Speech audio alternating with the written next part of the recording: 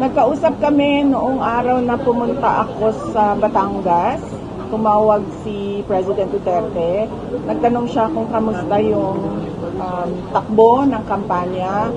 Nagtanong siya kung anong chances nung 10 senators.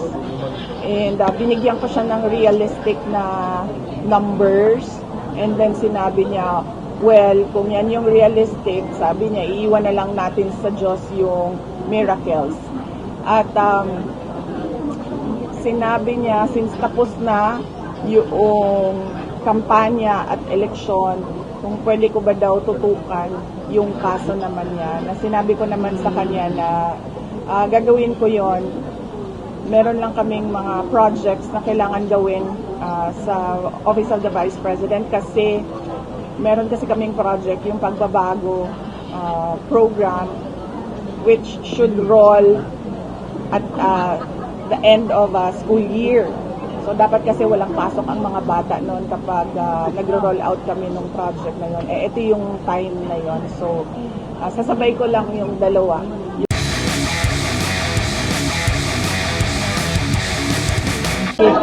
Ma'am, VP, good morning. We have our League of Friends. Let's start question from Marisol Abdurrahman from GMA News. Ma'am? How was it with our new system now with the ACM compared to sa last time with BC? Is it faster, easier now? Nakita kayo difference. Kasi ACM na tayo ngayon, di ba? New system with Miro now. Yes, oo. Ang napansin ko is yung nauna sa akin, hindi kaagad binasa yung kanyang balot, so lumabas ulit yung kanyang balot. At saka binaliktad nila para ipasok ulit, doon na binasa ang kanyang balot. And yung sa akin naman, medyo mabagal lang, naglo-loading siya ng mga ilang seconds lang, hindi automatic yung kanyang pagbasa, pagpasok ng balot. But other than that, wala naman kayo na-observe pang any mistake?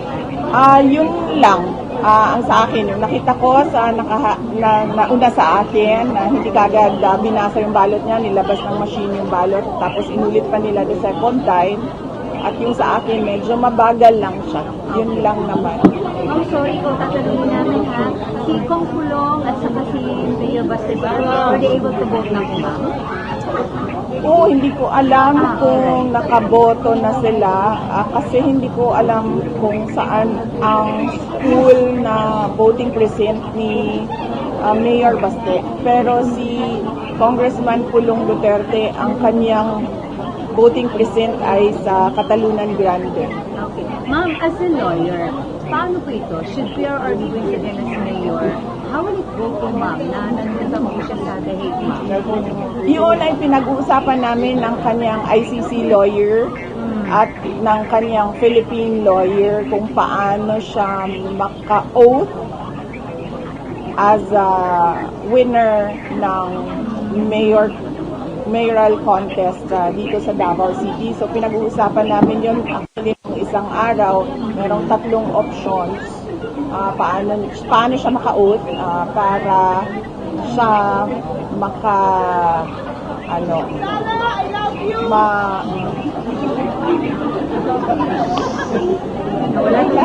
wala na. So, ano yan, diba? Election, and then proclamation, and then oath. Apo. So, sabi ng lawyer doon sa ICC, once we get the proclamation papers, pag-uusapan namin ulit kung paano makapag-oath si dating Pangulong Rodrigo Duterte. We have until the day after proclamation, until noon of June 30 para siya maka-oath. So, sorry for asking, pero are we seeing the scenario of having an absentee mayor? Well, definitely, yes. Oo. Wala talaga siya dito. So, ang expectation namin ay mag-acting mayor ang vice mayor. Merong ano po yung last usap ni Ms. Sherman bago po yung election today? When was the last time and ano po yung pinag-usapan ni PRRD? Ma'am? Nagkausap kami noong araw na pumunta ako sa Batangas. tumawag si President Duterte. Nagtanong siya kung kamusta yung takbo ng kampanya. Nagtanong siya kung anong chances nung 10 senators. And binigyan ko siya ng realistic na numbers. And then sinabi niya, well, kung yan yung realistic, sabi niya, iiwan na lang natin sa Diyos yung miracles. At sinabi niya, since tapos na yung kampanya at eleksyon, kung pwede ko ba daw tutukan yung kaso naman niya, na sinabi ko naman sa kanya na gagawin ko yon. Meron lang kaming mga projects na kailangan gawin sa Office of the Vice President kasi meron kasi kaming project, yung pagbabago program, which should roll at the end of a school year. So dapat kasi walang pasok ang mga bata noon kapag nagro-roll out kami ng project na yun. Ito yung time na yun. So sasabay ko lang yung dalawa, yung pag-aasikaso sa kaso niya and yung project namin sa OVP na pagbabago campaign. Thank you, Ate Sol. Ma'am, we have Kat Domingo, ABS. Ma'am, you mentioned na binigyan niyo si dating Pangulong Duterte ng realistic number na pwedeng manalo ng mga senators na support na allied with you. At ano po yung number na binigay niyo? Hindi ko na lang i-share sa inyo, baka kasi sabihin niyo masyado naman ako overconfident. Pero binigyan ko siya ng number na more than 2. More than 2. Yes. And you base that number on? I base that number on mga surveys na nakikita ko, both surveys na pinapagawa sa national and pinapagawa ng mga local candidates. Happy ka man, ma'am, doon sa number na feeling nyo makukuha nyo? Are you confident that that's enough to push for the issues ni dating Pangulong Duterte and your issues as well in the Senate? Well, hindi ko naman siya tiningnan na gano'n eh. Hindi ko naman siya tiningnan na nangampanya ako para sa mga issues ko or sa issues ni dating Pangulong Duterte. Dahil ang issue ko lang naman ay ang impeachment. So, sinasabi ko na nga na yung impeachment naman, kahit anong mangyari dyan, guilty or acquittal, handa na ako sa kung anong mangyayari. Tiningnan ko siya as one group of individuals, hopefully soon to be senators, who can continue to push for yung sinasabi nating tunay na pagbabago na nasimulan ni Pangulong Duterte. Na yun din yung platform noong 2022 but apparently hindi natin nakikita ngayon. So, we want to push for that. Unity and continuity. Ma'am, last from my end, nagkaroon po kayo ng Mother's Day dinner last night with your family. May we know some salient points, key discussions tungkol sa perhaps national issues or other issues na kinakaharap ng pamilya nyo during that meeting yesterday with the family? Oo. Wala kaming diniscuss na national issues. Nakita kami ni Congressman Pulong Duterte pero short time lang siya nandoon sa bahay ng mama ko dahil may celebration silang pamilya, sarili nila with his wife. So nagkausap lang kami, in-endorse lang niya sa akin kung ano yung nangyari sa The Hague nung nandoon siya. At sinabi din niya na in-endorse na rin niya sa uncle namin na pupunta doon ngayon para siya na naman yung bibisita kay dating Pangulong Duterte kung ano yung mga nagbago na mga sistema since noong nandoon ako last time. Yun lang ang napag-usapan namin, ang detention lang ni dating Pangulong Duterte. At hindi kami nagkita ni Mayor Baste Duterte dahil umuwi akong maaga dahil sobrang init ng panahon kahapon ay hindi ko na kaya yung nagpahinga na ako, sobrang init. Ma'am, we have Attorney Karen Jimeno, Billionario. Attorney Karen. Na-mention po dati ni Congressman Paulo Duterte na ang ina-endorse ni former President Rodrigo Duterte ay si former Senator Gringo Honasan at si Colonel Ariel Philippines. Yes. Nung nag-update ko po sa kanya ng numbers, sinama nyo yung mga possibility ng mga senators na non-PDP na maaaring manalo at okay po ba sa kanya kahit na let's say iba po in-endorse na sila Senator Amy Marcos at saka si Congresswoman Camille Villar ang makapasok? Hindi ko nabanggit. Hindi ko binanggit sa kanya yung extra na dalawang senators na kinakampanya ko. At ang pagkakaintindi ko, ang ginawa ng PDP is dalawa yung slate nila na full 12. Yung isang slate is with Gringo Honasan and Ariel Quirobin. Tapos yung isang slate naman is Camille Villar and Amy Marcos. But I understand, kagabi, nag-desisyon na ang PDP na ang dadalhin nila as guest candidates is Amy Marcos and Camille Villar.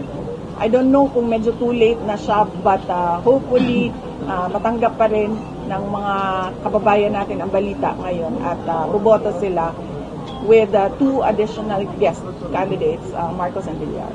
Ma'am, we have Maya Padilla of EDGE Davao. Good morning, VP. VP, after this election, I'm just curious if you have plans to, o meron na ka bang nakaplano ng mga activities na kasi pang-push or mga nakaplano na activities after this election?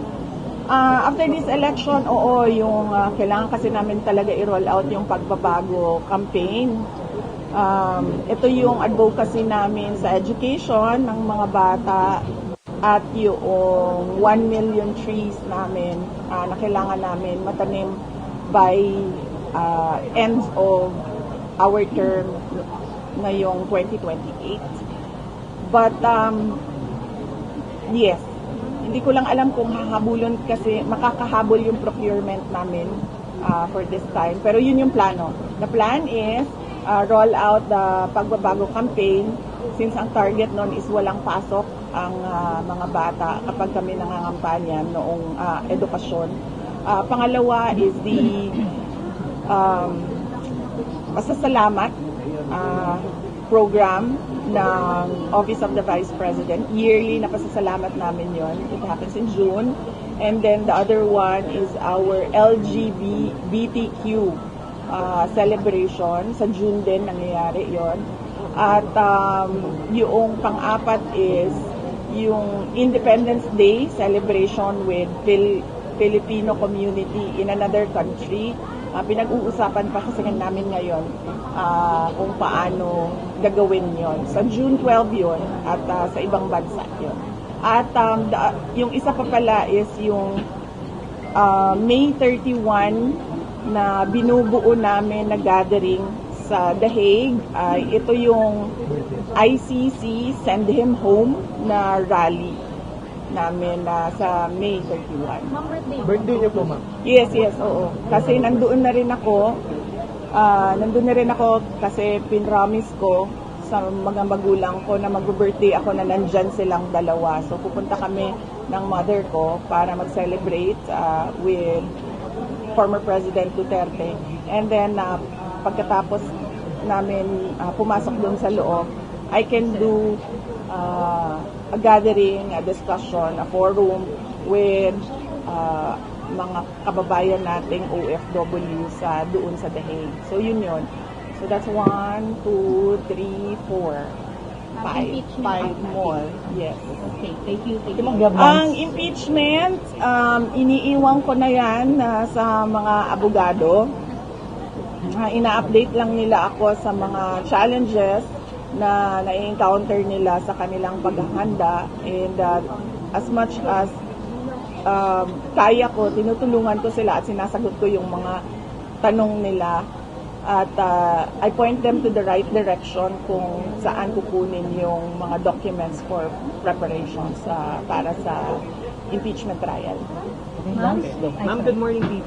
Clarification lang po doon sa, balikan ko lang yung pag-adopt formally ng PBB kay na Senator Marcos and kay Representative Villar. Did they have a consultation with you before they made a decision, or it was really a party decision to have it decided 2 days before the midterm race? They did not consult with me because I am not a member of PDP. They decided it on their own. Okay. But the former president, he doesn't have an idea po, no, about this path. about Senator Marcos and Representative Villar being guest candidates for PP?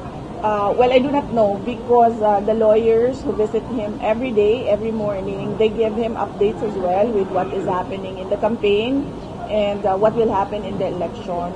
So likely, one of these days, he'll know because the lawyers prepare a brief for him every day and they visit him every morning.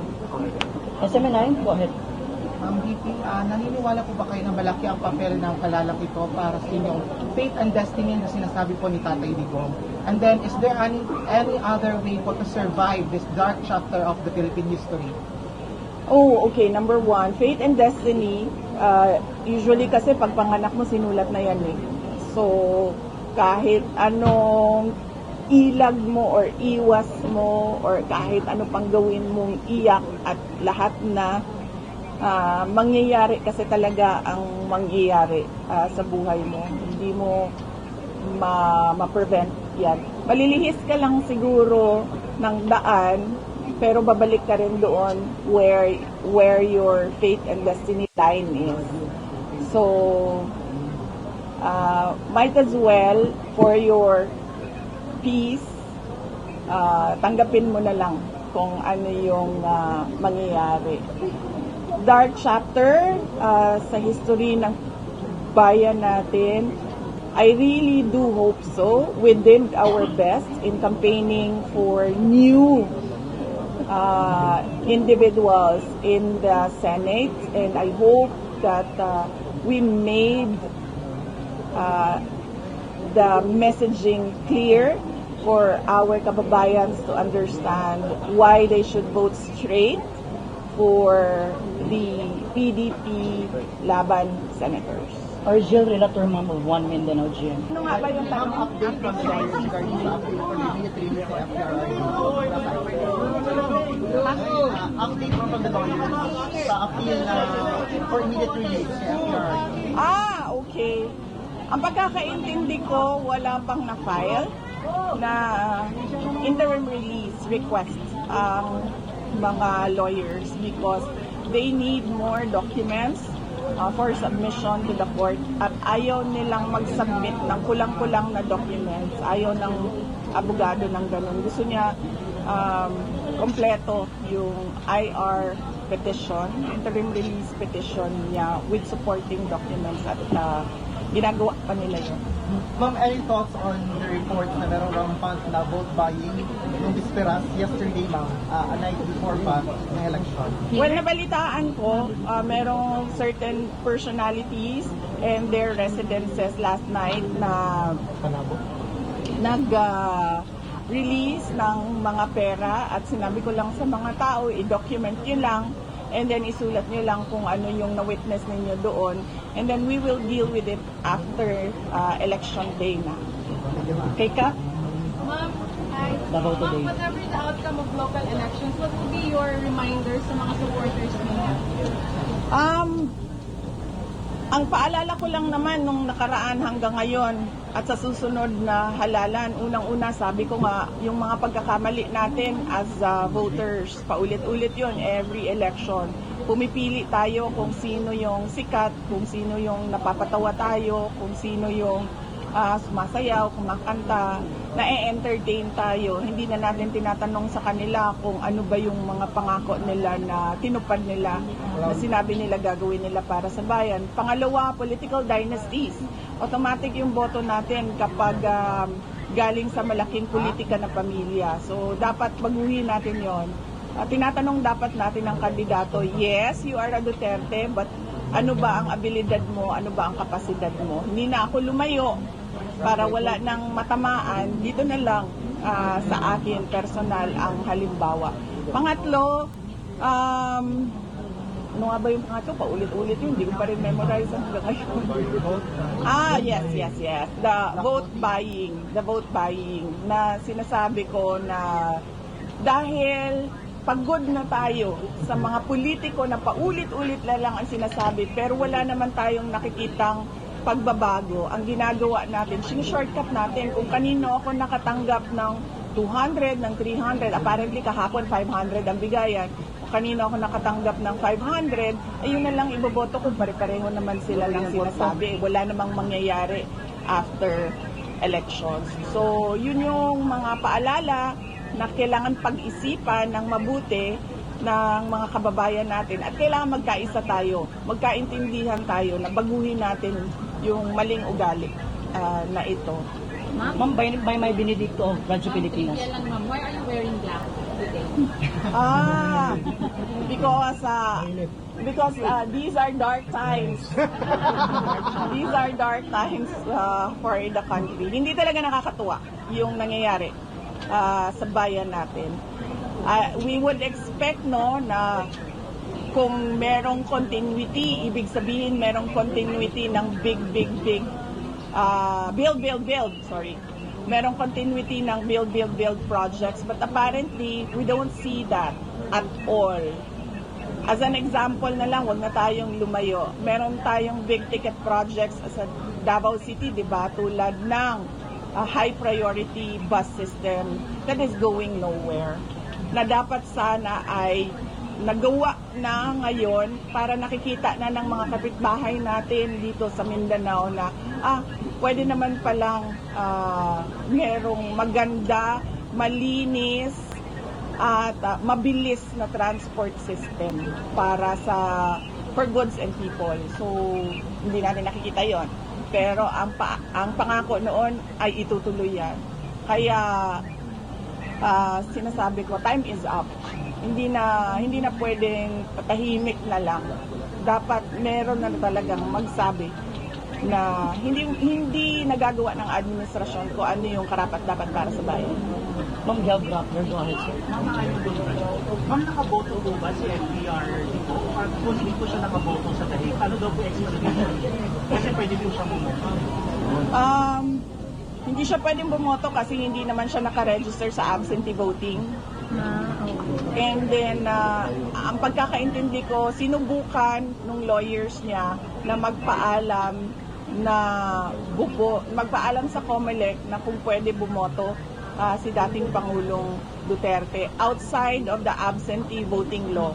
Kasi yun lang yung paraan na pwede siyang magboto but hindi siya nakaregister doon. So, ang pagkakaintindi ko, wala siya. Unfortunately, hindi niya na-exercise yung right to vote niya this time. And I'm sure he is sad about that. Just a follow-up po, nag-file na po ang ating kampo po sa jurisdiction naman po, question po natin ang jurisdiction po.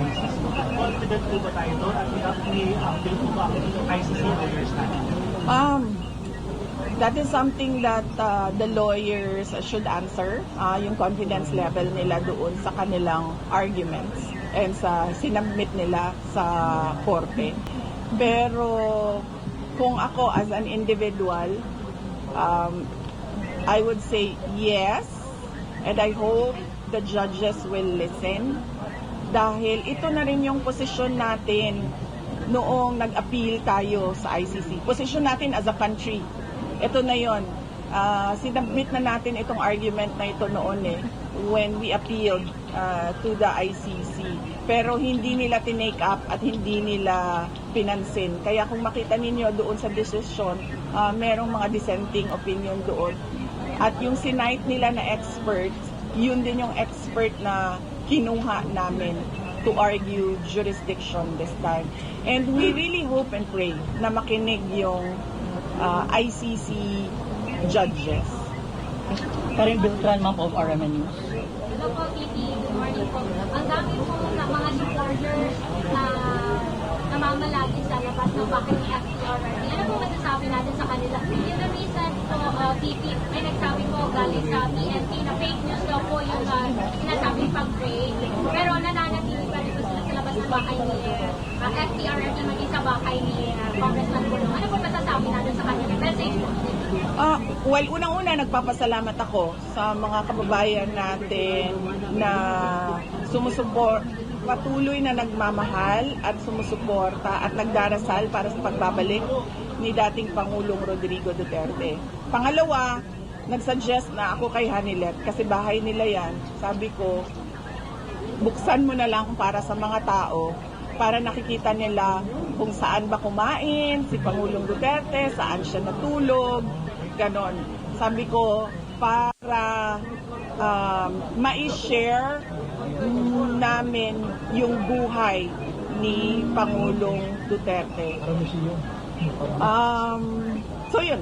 Nagpapasalamat ako at sinabi ko na buksan na sa mga tao para nakikita nila, pwede silang pumunta doon, pumasok doon, dito siya natulog, dito yung CR niya, dito siya kumain, para dahil wala na siya dito sa atin, makita man lang ng mga tao the way he lived his life dito sa Davao City.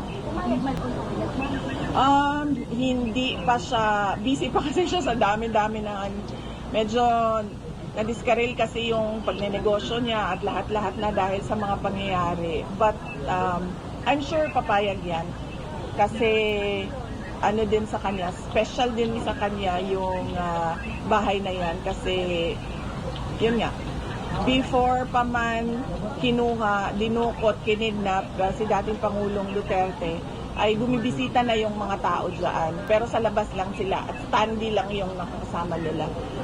I suggested kay kanila na buksan na lang para sa mga tao. Ma'am Giselle Umbayo, GMA News Online. Yan yung tanong.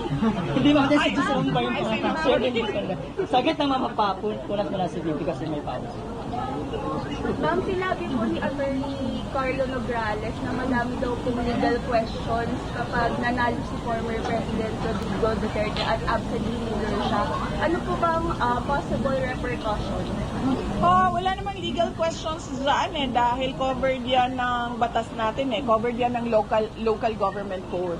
Kapag wala ang mayor, automatic ang vice mayor ang nagiging acting mayor. So, walang butas sa batas dyan. Klaro ang ating local government code. Kay Ma'am Ruth, go ahead ma'am. BP, maayo po to. Si Kitty nakitaan ng potential na baka papasok na sa party service o BP. Alam nyo, may time pa ba kayo? Marami ka din tayo. Wala actually. Pero iniimbitahan ko kayo kasi yung isang barangay captain nag-imbita ng breakfast doon sa Golden Lechon, ila Cap Almirante. Kami lahat BP. Almirante, ha? Kami lahat. Kaya yung captain, may-ari ng lechonan yun, so kaya niya yan. Sa Chavez. Una kong nakita yung potential ni Kitty doon sa The Hague. Kasi nung sabay kami lumabas, galing sa detention center, ay sinabi ko sa kanya, sumama ka sa akin. And surprisingly, sa edad niya, which is 21 years old, usually yung mga ganyan na bata, they would say, oh, no, di ba? Ayoko. She didn't say anything. Naglakad lang siya diretso by my side. Doon ko nakita na parang merong self-confidence. Meron siyang self-confidence. Tapos, noong question and answer na, tinutulak ko yung likod niya pinaprompt ko siya na sumagot. And nakita ko sa pamamaraan niya na sumagot, marunong siya. Alam niya kung ano yung wag sabihin, alam niya kung ano yung dapat sabihin, at alam niya paano niya i-craft yung answers niya. Natural sa kanya at 21 years old. Na nakita ko yung wala sa akin noong 21 years old ako. Na-recognize ko kaagad kasi it took me years talaga to accept my fate. Kaya meron siyang resistance sa akin noon. Kasi unang-una gusto ko din talaga magdoktor, naging abogado ako. Gusto ko mag-judge, naging mayor ako. So, merong resistance sa akin noon. But sa kanya, tanggap niya kaagad, diretso, na ito yung likely na magiging buhay ko. I will become a public person. Not necessarily a government official siguro, but alam niya na meron siyang public na persona. So, I'm happy na ganon. Kasi kung makita ninyo sa akin, lalo na yung mga tiga Davao City, ang tagal ko nag-develop from 2007 to 2019 to 2022 hanggang ngayon. I was always a work in progress sa aking pagtanggap sa aking role sa ating bayan. But siya, automatic yon sa kanya. So, masaya ako for her because that is one challenge na hindi na niya kailangan pagdaanan. Yung pagtanggap, acceptance sa kung ano man yung calling mo. So, tinutusok mo siya kaya yung boyfriend niya, bagong boyfriend niya, confirm na yun. Yung apo na. Kinonfirm niya ba? Apo? sa IG. Kinonfirm niya ba? Yung apo? Siya na lang siguro mag-confirm. Hindi ko kilala. Ilocano na naman, ma'am. I know, Ilocano na naman. Hindi ko kilala, nabanggit lang niya. Pero ang pagkakaintindi ko, mabait yung lalaki. Kasi siya yung nung kaguluhan ng March 11, March 12, March 13, siya yung nagbantay kay Kitty kasi nagulo din yung nanay niya. So, ito yung taong na nagbantay sa kanya. So, malamang siguro mabait. Tastasin mo yung election, ma'am, ba? Do you have plans investing after the election? Certain mo mag-rest, ma'am? Dili man. I only need Gawin nyo din, ma'am. Makita din naman yung kahagod, ma'am. I only need eat and sleep. So, pag nabawi ko yung kain ko at yung tulog ko, okay naman na ako. Wala pang presidente! Ma'am, consultin niyo sa mga kagubot na itabo sa other parts of the island of Mindanao, at Pilipinas. Kagubot sa election? Yes, ma'am. Naaba, wala akong May pakibalita. pataya na ma'am, may mga riot na nangyayari. Riot? Yes, ma'am. Kanang magkuan ng mga tao. Hindi naman Duterte Marcos na riot. Local issues. Well, yes, sadly, merong mga ganyan na mga pangyayari. Election violence, no? And we condemn election violence because ang pagpili ng tao sa kung sino ang gusto niyang leader ay right yan ng tao. Kaya respetuhin yan ng mga ibang grupo, no? So we condemn election violence, and I hope that the Philippine National Police and the Armed Forces of the Philippines will do something about it para nagagawa ng mga tao yung kanilang right to vote at nare-respeto yung kanilang choice. Ma'am, gusto po na itanong medyo supporters ay medyo mixed yung reaction pag-endorse mo kay Senator Amy Marcos. Merong negative. Yes. Ano yung take niyo? Naiintindihan ko, kaya nga sabi ko lagi, ang intro ko kay Senator Amy Marcos, hindi ako namimilit, nandyan siya as a candidate, as an option, dahil we are allowed to vote for 12 senators and 10 lang yung PDP. So nandyan siya na pwede nilang iboto. Ang pinagpapasalamat ko kay Senator Amy Marcos ay yung pagbukas niya noong investigation sa pagdukot dito sa ating bayan kay dating Pangulong Rodrigo Duterte. Dahil napakalaking tulong nun, records doon sa Senate hearing sa ginagawa na case noong legal defense ni dating Pangulong Rodrigo Duterte. So, on that point, sinasabi ko din sa kanya na kung pwede ba, ay huwag siyang tumigil sa investigation. Tumulong din siya sa pagpaparelease kay dating Pangulong Rodrigo Duterte at sa pagpapabalik kay President Duterte dito sa ating bayan. What will happen? What are you going to do if your senatorial slate or your expected senatorial slot will not win? Well, wala tayong magawa, ma'am, kung hindi manalo yung PDP senators dahil choice yan ng mga tao. So kung saan gusto dalhin ng ating mga kababayan, ang ating bayan, ay susunod tayo sa majority na choices ng majority. Ang sa atin lang, ang mahalaga ay ito yung totoong will of the majority at hindi siya dinaya. But we're still open na tanggapin yung mga umuwan sa atin ngayong election, 2028 or sa. Wala pa akong plano for politics. After ito yung dapat ipahinga, yung politika. Dahil tapos na ang kampanya, tapos na ang eleksyon, so dapat magpahinga tayo sa politika at bumalik tayo sa dapat nating gawin ng mga trabaho. Dahil hindi nga pwede talaga na babangayan lang lagi sa politika. Yung bangayan sa politika, yung atake, yung mudslinging, natural yan sa campaign season. Pero after that, dapat tumitigil yan. Kasi dapat nagtatrabaho lahat. Ma'am, how critical is the midterm elections now? Ano daw? Gaano po ka-critical yung election ngayon now? Gaano ka-critical? This is the time, or this is a chance for our country to elect new individuals, new faces into the Senate. No? Ito sila hindi galing sa mga dinasiya. Ito sila may kapasidad at abilidad.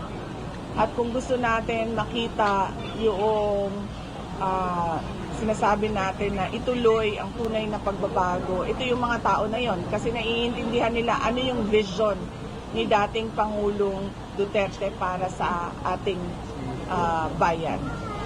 Bigyan nila ng chance yung PDP dahil ilang beses naman tayo nagpaulit-ulit na naglagay ng mga senators dyan na pare-pareho lang every election eh. So bigyan nila ng 6 years yung PDP, majority sa kanila. And then let's see. Anyway, after 6 years, pwede naman nila tanggalin lahat yan eh kasi 6-year term lang naman itong mga senators. Alright. Thank you, ma'am. Depende sa inyo. May questions pa po? Meron pa. Okay, isa mga go, Ma'am Jean. Go, Ma'am Jean. Pipi, tanong ng mga tao sa live stream natin, sabi nila, hindi pa daw kayo nadala for endorsing Senator Amy. Check mo.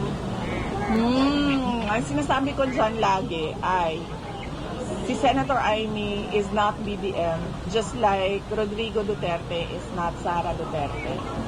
Merong mga pareho sila ng apelido, and I'm sure sa DNA nila merong pareho sa kanila ng mga pag-uugali. Pero pagdating sa trabaho kasi, magkaiba talaga sila. Magaling at very particular and meticulous si Senator Amy sa kanyang trabaho, which we do not see kay PBM. Ma'am, you're speaking against political dynasty, but you also came from a political Yes, ma'am, precisely. That's why ako yung may pinaka malaki at solid ang credibilidad to speak about political dynasties because I come from a political dynasty. So wala nang mas matindi pang expert sa political dynasty. Ako yun. So are you saying that are you campaigning against yourself because you also how do you justify? No, I am campaigning about us selecting people automatically based on their family affiliation. We should ask the person first. Okay, Duterte ka. Ano ba ang abilidad mo? Ano ba ang kapasidad mo? Okay, Marcos ka.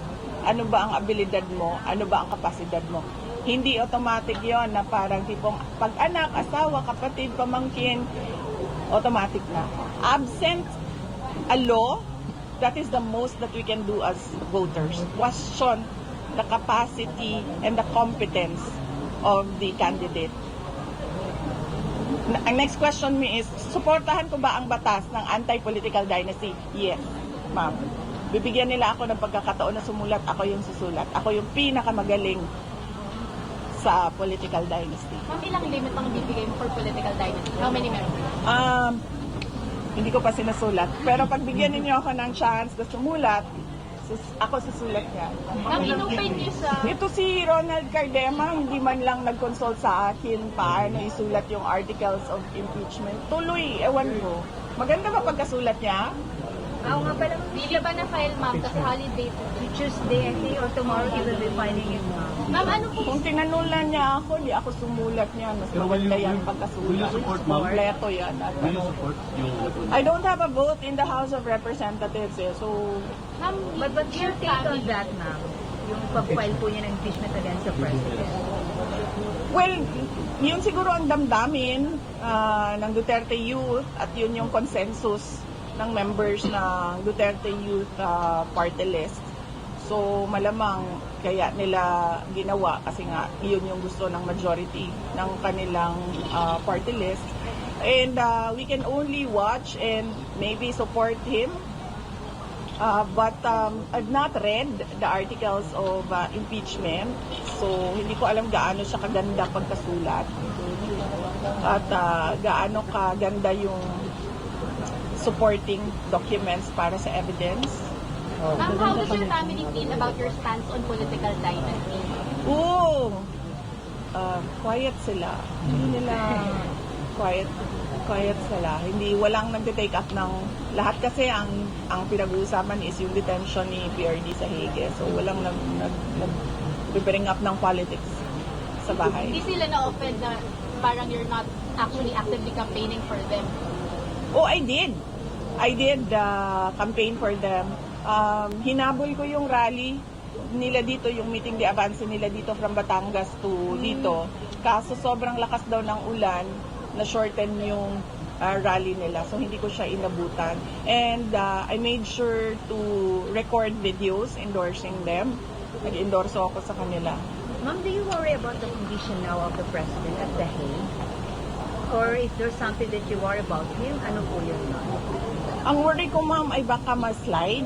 Kasi walang assistant sa loob ng kwarto eh. So, yun yung worry namin. Baka ma-slide sa banyo, which is common sa mga elderly na nasa slide sa banyo, sa kwarto.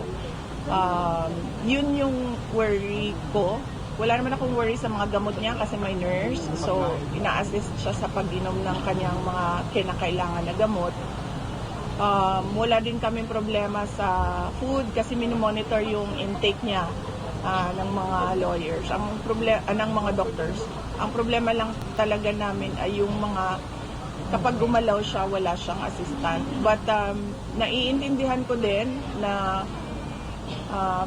pinipilit siya ng doctors niya to be independent kasi gusto ng doctors niya na gumalaw siya at gamitin yung muscles niya. Alright. Okay, ma'am, last question tayo, ma'am. Yes. Please.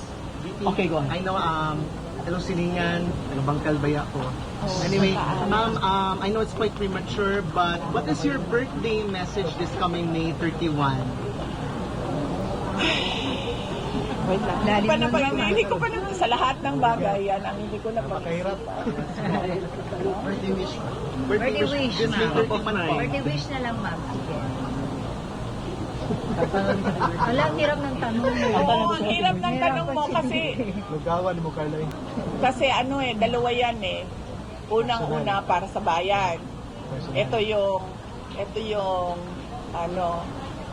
mga senators ng PDP, di ba? Tapos pangalawa, para kay PRD kasi in detention siya. So, pwede bang wishes? Okay, dalawa. Okay. Ang unang wish ko ay, sino ang genie dito? Saan ang genie? Okay? Wish pa si Mama. Wish Wish pa si Mama. Sige, go. Oo. Unang wish ko ay sana manalo diretso ang... pero after the fact naman ito ng election, so pwede pa ba ito? By May 31? I hope. Para sa Advance na lang po. Sige lang, ma'am, kasi hindi naman tinanong sa'yo. Yeah. Sige. So, ang unang wish ko ay para sa bayan, sana manalo ang 10 senators ng PDP at 2 guest candidates na si Senator Amy Marcos and Senator Camille Villar, 12 yon. At pangalawang wish ko, sana ay ma-release na si dating Pangulong Rodrigo Duterte sa detention center sa ICC. Thank you po. Thank you. Ma'am, picture ko last, ma'am. Okay, last picture si ma'am natin. Ganyan sa...